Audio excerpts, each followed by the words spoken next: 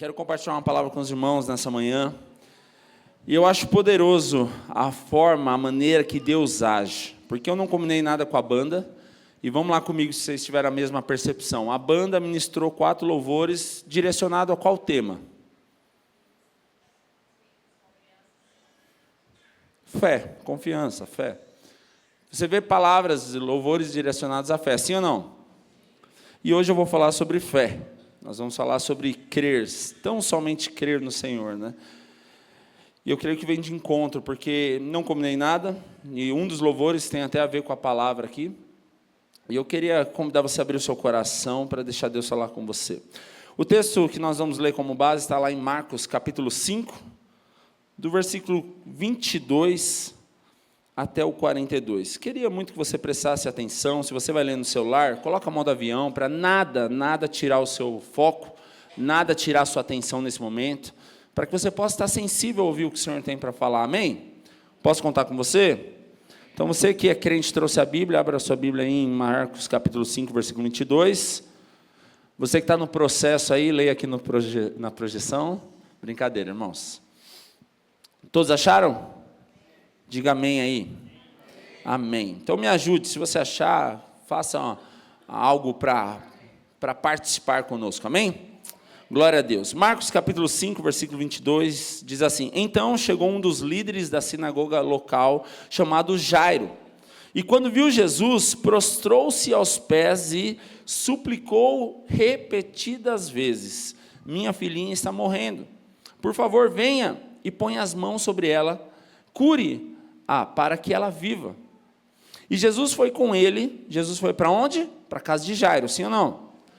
E todo o povo seguiu, multidão, apertando-se ao seu redor. No meio da multidão, caminho da casa de Jairo, estava uma mulher que havia 12 anos, que sofria de fluxo de sangue, hemorragia, e tinha passado por muitas dificuldades nas mãos de vários médicos, e ao longo dos anos gastou tudo que possuía, sem melhorar. Na verdade, havia piorado. Procurou em todas as coisas, mas não tinha achado a solução.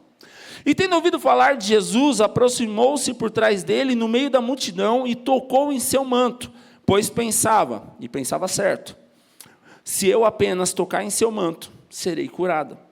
E no mesmo instante a hemorragia parou, e ela sentiu em seu corpo que tinha sido curada da enfermidade. E Jesus imediatamente percebeu que dele havia saído poder, virtude, e por isso virou-se para a multidão e perguntou: quem tocou em meu manto? E seus discípulos disseram: Jesus, veja a multidão, todo mundo está te apertando de todo lado, como o Senhor ainda pergunta quem tocou em mim? Jesus, porém, continuou a olhar ao redor para ver quem havia feito aquilo, porque aquele toque foi diferente. Aquele toque não foi apenas um toque, saiu virtude. Então a mulher, assustada e tremendo pelo que lhe tinha acontecido, veio e, ajoelhando-se diante dele, contou o que havia feito. E Jesus lhe disse: filha, a sua fé a curou, vá em paz, o seu sofrimento acabou. Enquanto Jesus ainda falava com a mulher, chegaram mensageiros da casa de Jairo, o líder da sinagoga, e lhe disseram: sua filha morreu. E para que continuar incomodando Jesus, o mestre? E Jesus, porém, ouvindo essas palavras, disse a Jairo: não tenha medo, apenas creia. Então Jesus parou a multidão e não deixou que ninguém o acompanhasse, exceto Pedro, Tiago e João, irmão de Tiago. E quando chegaram à casa do líder da sinagoga, Jesus viu um grande tumulto, com muito choro e lamentação. Então entrou e perguntou: por que todo esse tumulto e choro? A criança não morreu, apenas está dormindo. E a multidão riu de Jesus. Ele, porém, fez com todos saírem e levou o pai, a mãe da menina e os 3 discípulos, Pedro, Tiago e João, onde estava deitada. E segurando pela mão disse: Talita cumi, que quer dizer: menina, levante-se. E a menina, que tinha 12 anos, o mesmo tempo daquilo que a mulher de fluxo de sangue sofria há 12 anos, o mesmo tempo, levantou-se de imediato e começou a andar. E todos ficaram atônitos, admirados. Queria te convidar a fechar seus olhos por um instante. Senhor Jesus, essa é a palavra do Senhor para nós nessa manhã. Nós queremos orar nesse momento, tirar toda a dispersão, tudo que tira o nosso propósito. Senhor, sabemos que vivemos uma vida corrida, tantas preocupações, tantos problemas, mas que nesse momento nós possamos descansar no Senhor, confiar no Senhor e aprender com cada momento da nossa vida, cada processo, cada imprevisto e cada momento que nós precisamos provar dependência ao Senhor. Por isso nós oramos e declaramos a Tua palavra em nome de Jesus. Irmãos, esse texto ele é interessante, eu quero compartilhar 7 pontos sobre esse texto com os irmãos hoje. A primeira coisa que nós vemos nesse texto, aqui, em Marcos capítulo 5, é que existia um homem chamado Jairo, que ele era um líder, era um homem muito respeitado. E de repente ele está passando por uma necessidade. E a primeira coisa que nós aprendemos, se nós queremos viver da provisão de Deus, nós precisamos ter humildade. Porque não tem como a gente se achegar em Deus se a gente não reconhecer a nossa vulnerabilidade, a nossa fraqueza. Para esse homem, ele chegar diante de Jesus, era uma grande humilhação. Por que era uma grande humilhação? Porque ele era um homem muito respeitado, era um homem que tinha poder, era um homem que as pessoas olhavam e valorizavam. E diante disso, ele chegar para Jesus e se prostrar e falar, me ajuda, era mostrar sua fraqueza. Sabe por que muitas vezes a gente não vive o milagre do Senhor, irmãos? Porque a gente é muito orgulhoso. A gente não sabe pedir ajuda. Sabe por que muitas vezes a gente não vive o propósito de Deus? Porque a gente não sabe reconhecer os nossos erros e falar, eu preciso de ajuda. Esse homem, quando ele está passando por uma necessidade, a filha dele está doente, está ao ponto de morrer, está morrendo. A única forma, e o único, de fato, ele estava certo, que poderia ajudar ele era Jesus. O que ele faz diante disso, irmãos? Dinheiro não importa, título não importa, condição não importa, a reputação não importa, o que importa é a minha filha. E diante disso ele entende que nada é mais importante, e isso ele encontra Jesus. Sabe por que muitas vezes a gente não está vivendo melhor com o Senhor, irmãos? Porque às vezes ainda a gente está mais preocupado com a nossa reputação do que com a presença de Deus. A gente está mais preocupado em fingir que está tudo bem, do que a gente mostrar a nossa fraqueza para que o Senhor possa mudar a nossa vida de fato. Não tinha como Deus fazer um milagre na vida da família de Jairo, se ele não deixasse o título de lado, se ele não deixasse o orgulho de lado. Era um motivo de grande humilhação que ele fez, diante da multidão, diante de se expor. Um homem que era intocável, um homem que era super respeitado, um homem que ninguém via fraqueza, mas de repente uma necessidade, ele se prostra diante de Jesus, irmãos.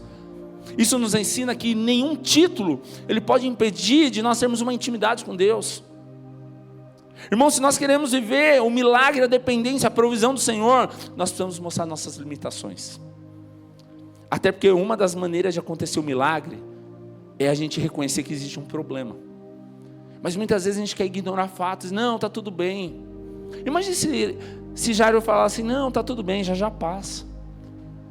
Mas quanto que nós temos procurado Jesus no momento que nós mais precisamos? Aquele momento é um momento de angústia, de necessidade, onde ele vê que nada mais importa. Então ele se achega diante de Jesus. Mas irmãos, quantas vezes a gente deixa de procurar Jesus porque a gente não quer mostrar a nossa vulnerabilidade, a nossa fraqueza? E o primeiro passo, irmãos, para um milagre acontecer, é a gente mostrar a nossa humildade, a nossa vulnerabilidade, e reconhecer e buscar dependência em Deus. Não tem como eu viver um milagre do Senhor se eu não mostrar dependência. O milagre não é para quem é capaz, irmãos, o milagre é para quem depende. O milagre não é para quem merece, para quem é apto. O milagre é para quem está passando por necessidade, alguém que não tem resposta. Lázaro, ele tinha tudo, irmãos, tinha poder, tinha dinheiro, tinha condição, tinha respeito, mas tudo isso não curava a filha dele. Talvez a gente tenha tudo, irmãos, mas está faltando Jesus. Irmãos, se a gente tiver tudo e estiver faltando Jesus, na verdade não tem nada. Esse homem, ele entende da pior maneira, que tudo que ele tem não é suficiente, porque tudo que ele tinha não era capaz de trazer a filha dele de volta. A única coisa que era capaz era Jesus. E quando ele entende isso, ele tem essa revelação, ele não se importa mais com a reputação, ele não se importa mais se vão achar que ele é fraco, não se importa mais com a vulnerabilidade, porque o que mais importa é Jesus e o que mais importa é a família.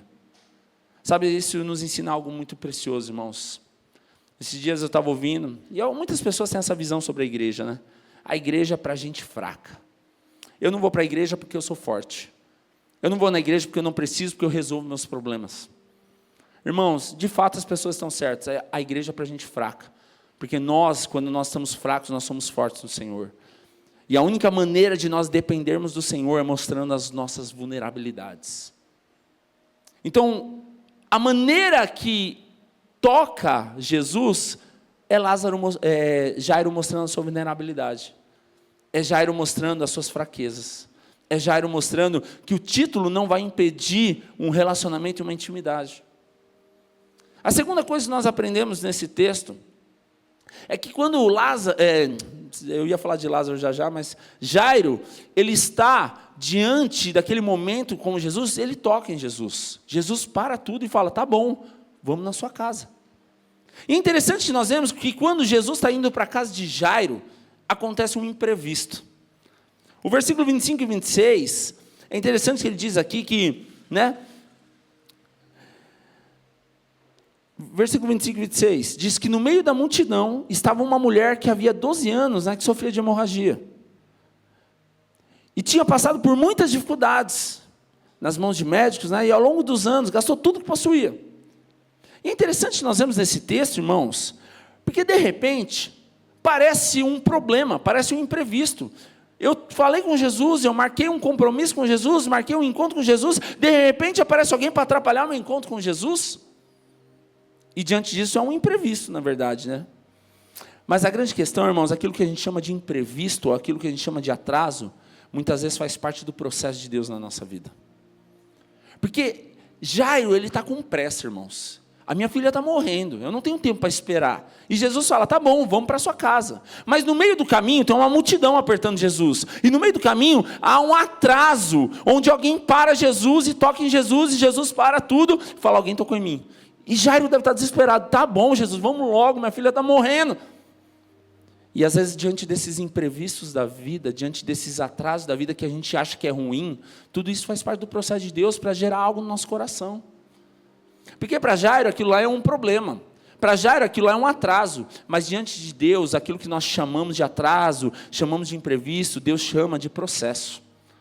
Porque tudo isso fazia parte do processo para gerar fé.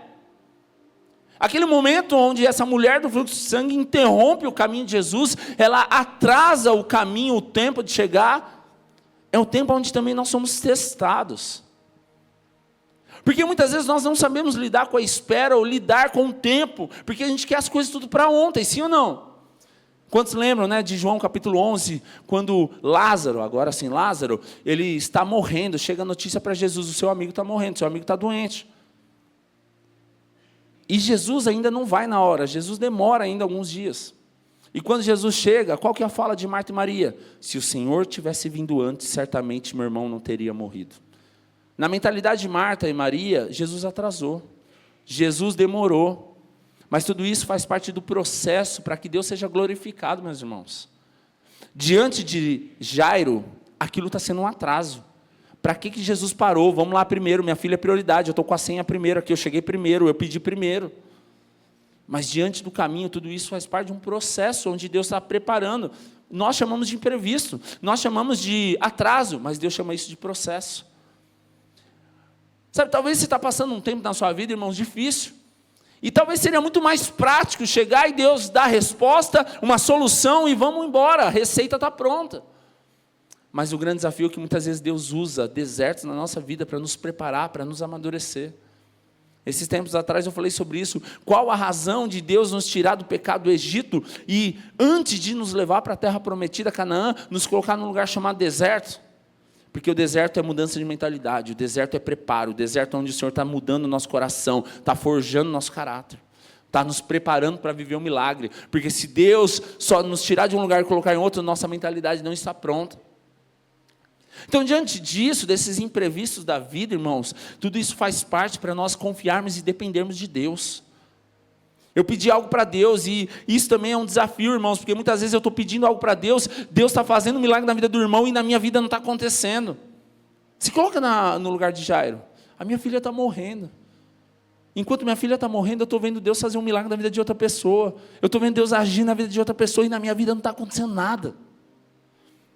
E muitas vezes diante disso, irmãos, nós começamos a ser questionadores. Será que Deus existe? Será que Deus me ama? Será que Deus se esqueceu de mim?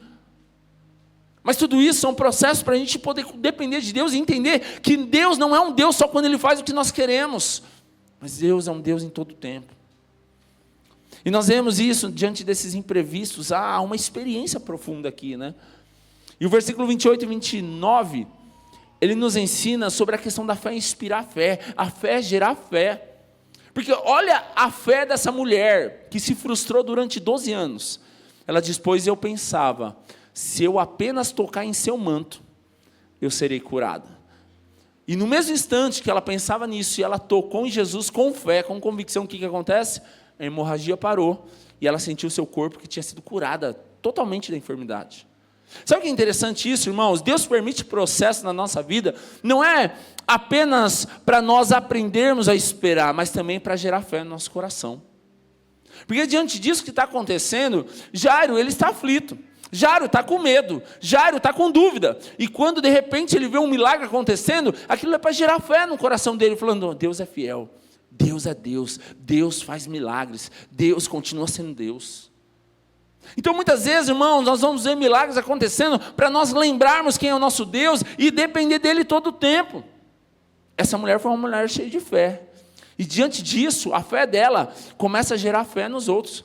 Até os discípulos estavam naturais naquele momento. Diz, Jesus, todo mundo está te tocando.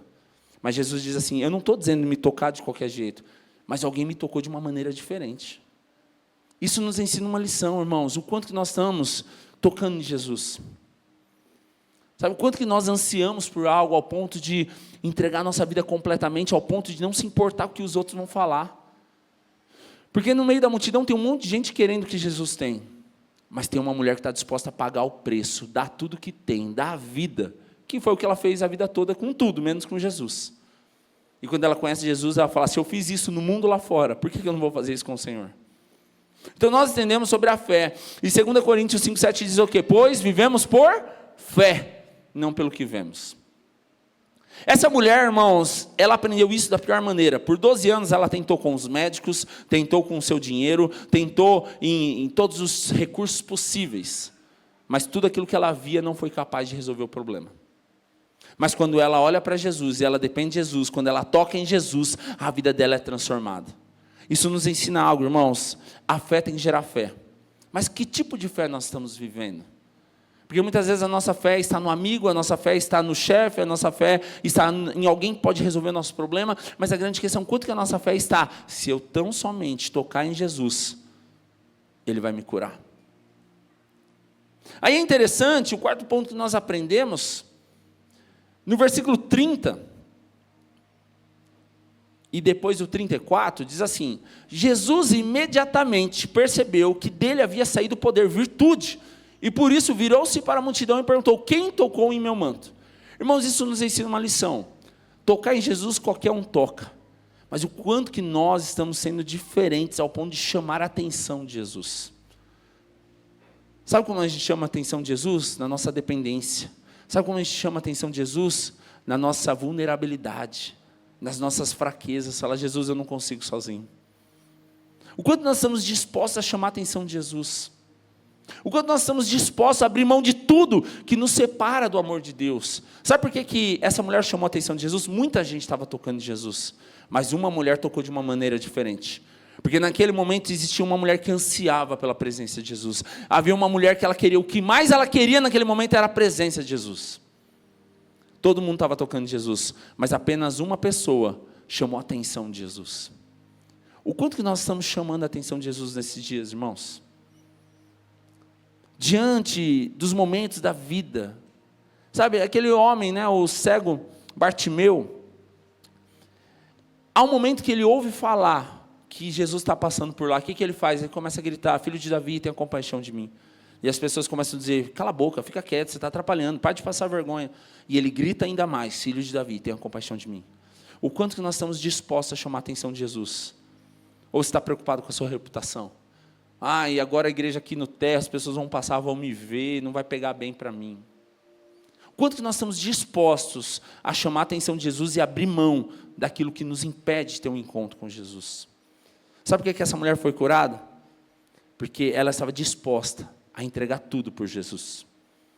Tanto é que ela é a única que chama a atenção de Jesus naquele momento de tocar em Jesus. Todo mundo estava tocando em Jesus, mas ela toca de uma maneira diferente. Todo mundo estava espremendo Jesus. Mas a grande questão é que naquele dia, aquela mulher não era mais um na multidão. Ela era alguém diferenciada, alguém que ela cria, ela chegou lá com fé. O quanto que nós estamos dispostos, quanto nós temos fé hoje, irmãos, para tocar em Jesus no meio da multidão, no meio de 100 pessoas, quanto que nós estamos dispostos a pegar e falar, não, eu não vim aqui só para ser mais um nesse culto, eu não vim aqui só apenas para sentar, mas eu vim aqui porque eu quero tocar em Jesus, eu quero ter uma experiência com Jesus, eu quero amar Jesus, eu quero mudar de vida, porque esse era o anseio dessa mulher. Lembrando que ela nem fazia parte da programação de Jesus naquele momento, a programação de Jesus era ir para a casa de Jairo. Mas o anseio dela, o desejo dela, a necessidade dela, atraiu o coração de Jesus. Jesus mudou a agenda, Jesus parou, Jesus atrasou a agenda, entre aspas, porque ela fez parte da agenda de Jesus. Quanto nós estamos dispostos a clamar, a gritar, a chamar a atenção de Jesus, falar, Jesus, não passa daqui, não permita que eu continue do mesmo jeito. Isso tem que gerar fé no nosso coração. Isso tem que gerar fé ao ponto de nós chamarmos a atenção de Jesus a todo tempo, irmãos. O quinto ponto que nós aprendemos desse texto é que, às vezes a vida é difícil, irmãos, porque enquanto a gente está vendo coisas boas acontecer de um lado, do outro lado está acontecendo coisa ruim. É interessante que está acontecendo um mover, um milagre aqui, no versículo 35 e 36, de repente chega uma notícia para Jairo. Fala, Jairo, deixa para lá, não incomoda mais Jesus não tem mais jeito, sua filha morreu. Sabe, irmãos, é muito difícil a gente saber lidar com a vida, né? Porque enquanto para um está vivendo o melhor momento, para outro está vivendo um luto. Enquanto para um ele está vivendo o melhor momento de celebração, outro está pensando em desistir.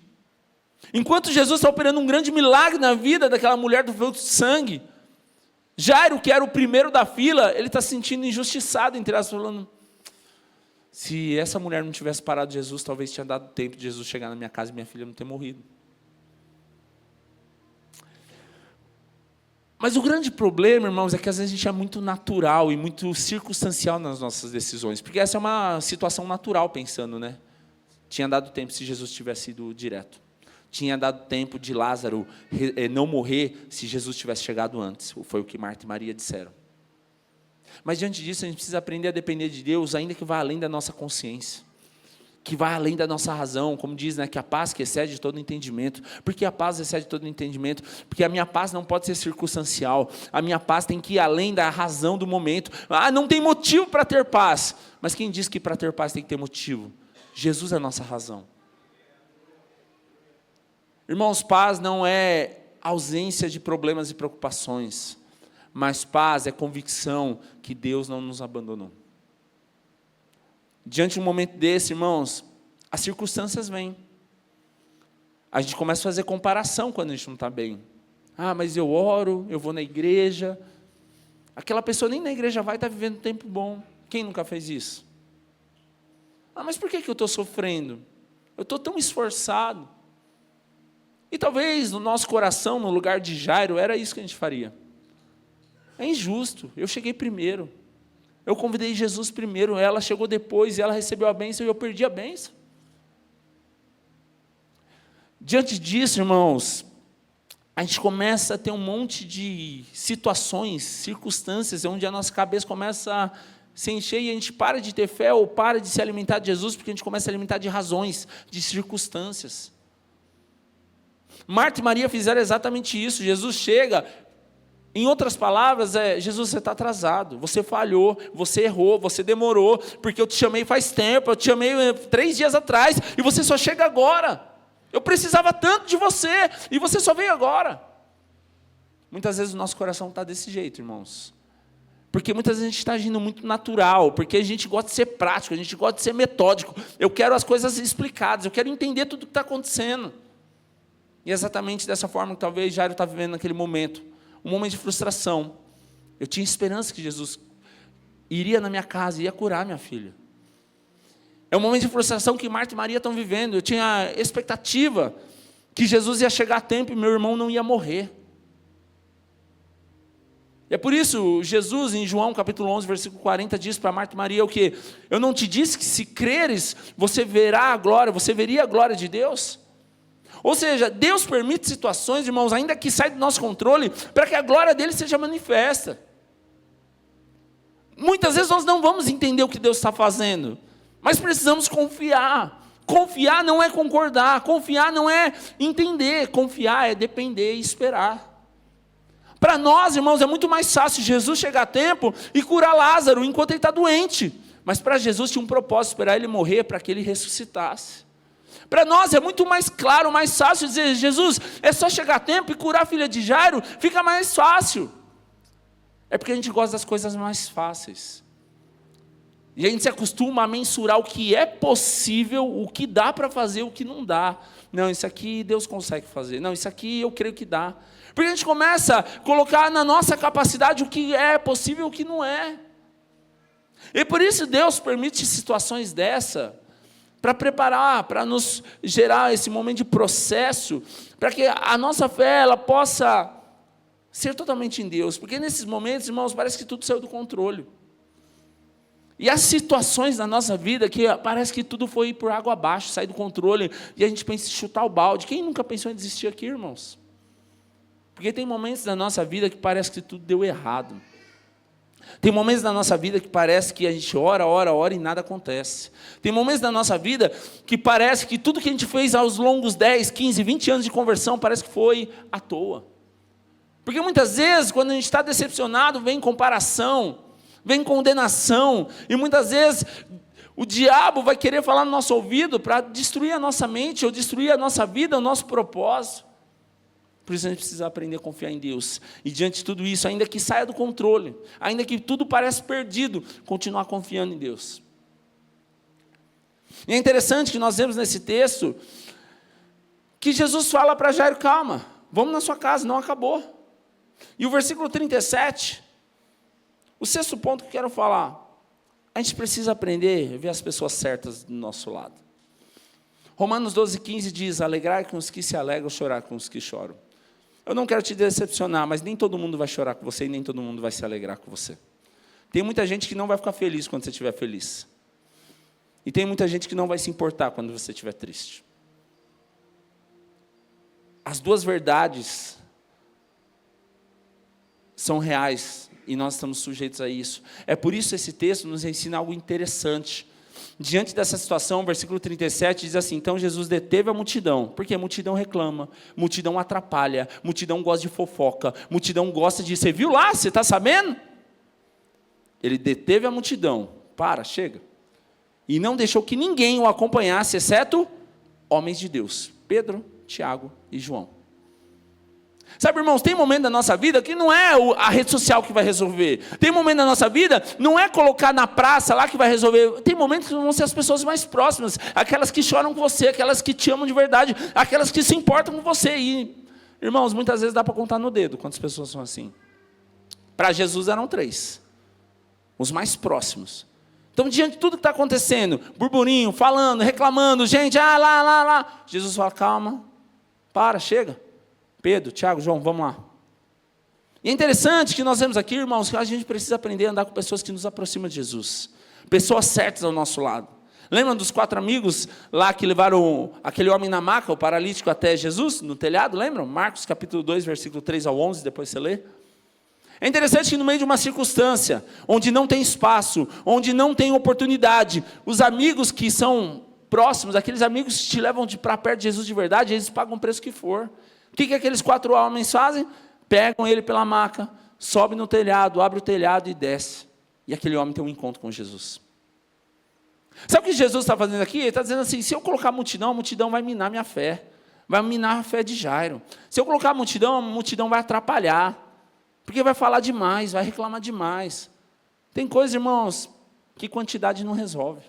E Jesus sabia disso, ao ponto de nós vermos que nesse momento de fraqueza, momento de frustração, momento de dificuldade, nós precisamos ter pessoas certas ao nosso lado. Não pessoas que vão apontar o dedo e falar, eu avisei, você sabia. Não pessoas para te condenar, não pessoas para te julgar, mas pessoas para orar e amar você e chorar junto.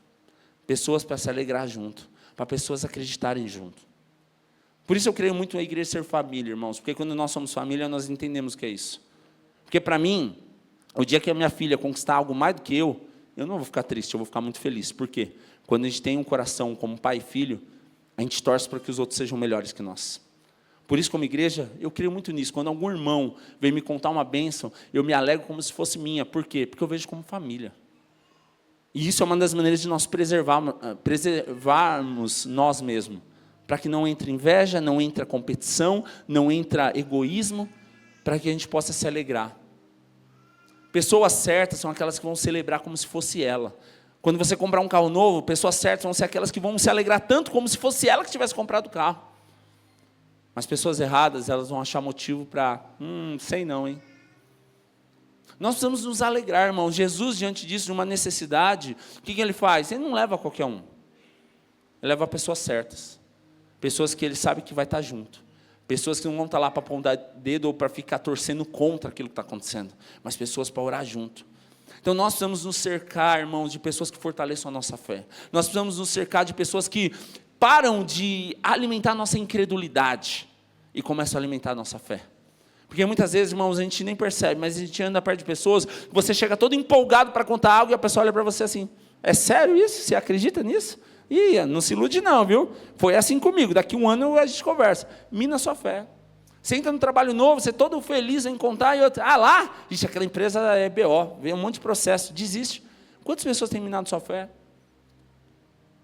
Que tipo de amigo nós estamos sendo, irmãos? Aquele que gera fé e fala, vamos morar junto, já deu certo. Ou aquele que começa a apontar um monte de defeito. Eu lembro uma vez que eu comprei um carro, um Corsa, eu já contei isso também, e uma pessoa próxima, muito próxima, cheguei todo feliz para contar, comprei esse carro. Eu, nossa, esse carro é ruim, meu porta-mala pequeno, não dá, tal. Eu saí assim, estava todo empolgado. Para que tipo de pessoa você tem contado os seus sonhos? Jesus, no momento aqui, que é uma necessidade, onde ele vai entrar num ambiente de necessidade, ele não leva qualquer um. Interessante, irmãos, que aqui nós vemos que ele chama, depois continuando o texto, ele chama Pedro, Tiago e João e chama o pai e a mãe da menina. Quem entra no quarto naquele ambiente? Pessoas que tinham a mesma fé e estavam desejando a mesma coisa. Porque se ele chama a multidão é aquela que está fazendo festa, bagunça lá, é aquele que está só noticiando lá, e já era, morreu mais um, olha lá, mais um que não foi curado. Se chama esse povo para dentro, vai ficar assim, deixa eu ver se vai. E aí, Jesus, você não é Deus mesmo? Cadê? Não vai ressuscitar, não? Jesus não chama a multidão para orar junto. Quem entra no quarto e fecha a porta é Pedro, Tiago, João, os 3 discípulos, né? E o pai e a mãe da menina. Jairo é a esposa. Isso nos ensina uma lição, irmãos. Quem você tem levado nos momentos de intimidade, nos momentos de privacidade, nos lugares onde você não tem que ficar abrindo sua vida para todo mundo? Quem realmente faz parte dos momentos de celebração da sua vida? Também andar sozinho é ruim. Você precisa ter pessoas que você pode confiar de verdade. Pessoas que estão dispostas a caminhar com você de verdade. E por último, versículo 39 ao 42.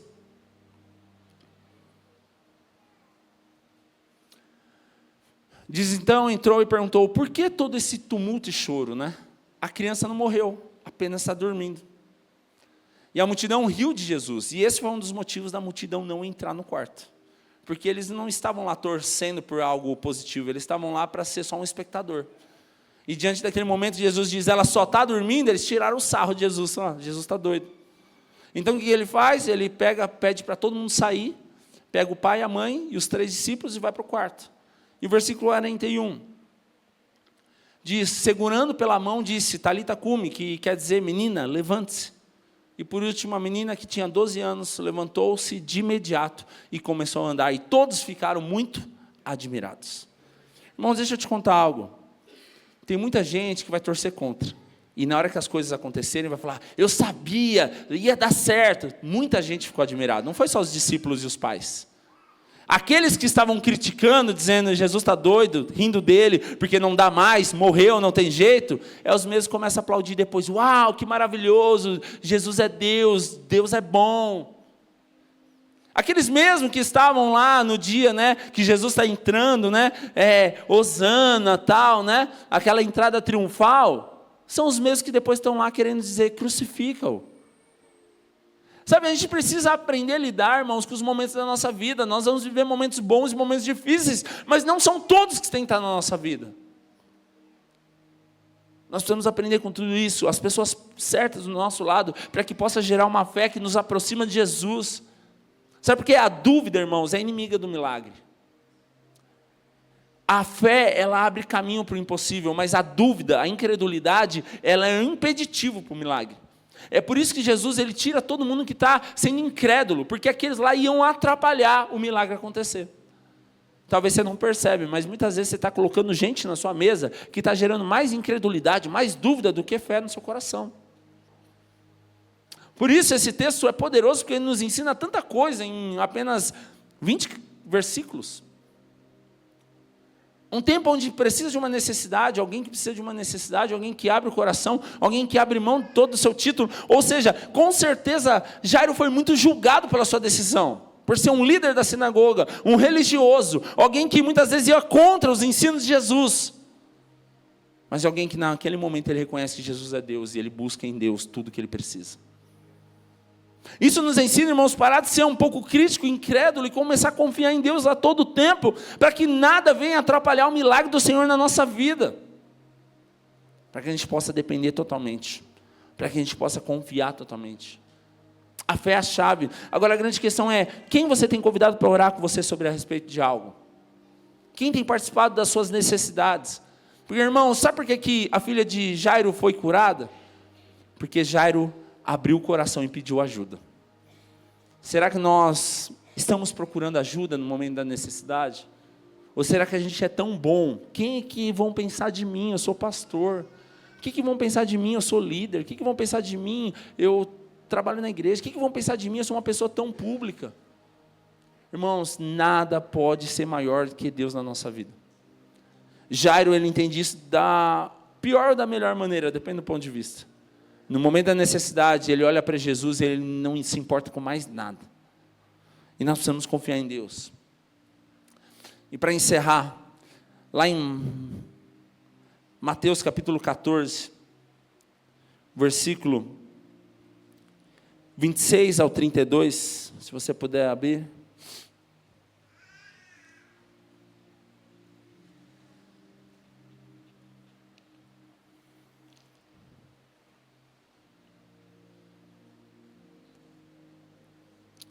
Quando os discípulos o viram caminhando sobre as águas, viram Jesus caminhando pelas águas, ficaram com medo, ficaram aterrorizados. É um fantasma, gritaram cheios de medo, que era de madrugada. Imediatamente, porém, Jesus lhe disse, não tenham medo, coragem, sou eu. Então Pedro gritou, se realmente é o Senhor, né? Ordene que vá caminhando sobre as águas onde o Senhor está. Venha, respondeu Jesus. Então Pedro desceu do barco e caminhou sobre as águas em direção a Jesus. Mas quando reparou no vento forte, nas ondas, ficou aterrorizado, ficou com medo. E começou a afundar e gritou, Senhor, salva-me. E no mesmo instante, Jesus estendeu a mão e segurou. E ele disse, como é pequena a sua fé, disse ele, por que você duvidou? Mas quando entraram no barco, o vento parou. Irmãos, esse texto também nos fala muito de fé. É interessante, depois você lê os versículos anteriores, mas Mateus capítulo 14 fala sobre a primeira multiplicação dos pães. Eles tinham acabado de viver milagres extraordinários. Eles acabaram de viver um milagre onde multidões comeram, daquilo que faltava, sobrou. E de repente, eles estão indo para o outro lado, e de repente começa uma tempestade, há uma tempestade, Jesus ele está vindo, parece um fantasma, e de repente Pedro, corajoso, diz, se realmente tu és Jesus, então deixa eu ir até você. E é interessante nesse momento, Jesus fala, vem. Enquanto, essa é a chave que eu quero orar com vocês nessa manhã, enquanto Pedro está olhando para Jesus, ele anda sobre as águas, mas quando ele olha para a tempestade, ele olha para o vento, ele afunda. Sabe o que é a nossa fé, irmãos? É onde nós estamos olhando. Se você estiver olhando para Jesus, ainda que está difícil, você permanece. Mas quando você para de olhar para Jesus e começa a olhar para a circunstância, você afunda. A Bíblia diz que enquanto Pedro olha para Jesus, ele está andando sobre as águas, mas quando ele olhou para a tempestade, olhou para a circunstância, olhou para o vento, ele teve medo e ele afundou. Mas é interessante, nós vemos que Jesus, ele pega Pedro pela mão, levanta Pedro e leva de volta para o barco. E quando chega no barco, todo o vento cessou. Sabe o que isso nos ensina? Muitas vezes circunstâncias se levantam para testar a nossa fé. Porque depois que Pedro está no barco, está tudo tranquilo, acabou o vento, acabou circunstâncias, acabou o problema. Mas a grande questão é quanto que nós confiamos em Deus no meio da tempestade. O quanto nós confiamos em Deus quando tudo parece que não dá certo. Quanto nós confiamos em Deus quando as coisas não acontecem do jeito que a gente esperava. Talvez, irmãos, assim como Pedro, nós já tivemos muitas experiências com o Senhor. Mas chegou algum momento que a gente teve medo e a gente afundou. A grande questão é o quanto que nós estamos dispostos a pedir ajuda, a falar, Jesus, eu estou com medo. Pega na minha mão e me leva de volta. Talvez você teve muitas experiências com o Senhor, mas por alguma razão, você se frustrou, você esfriou e você parou de viver o propósito de Deus. E nesse momento, Pedro está vivendo um tempo de fracasso. Ele tinha acabado de ver um milagre acontecer.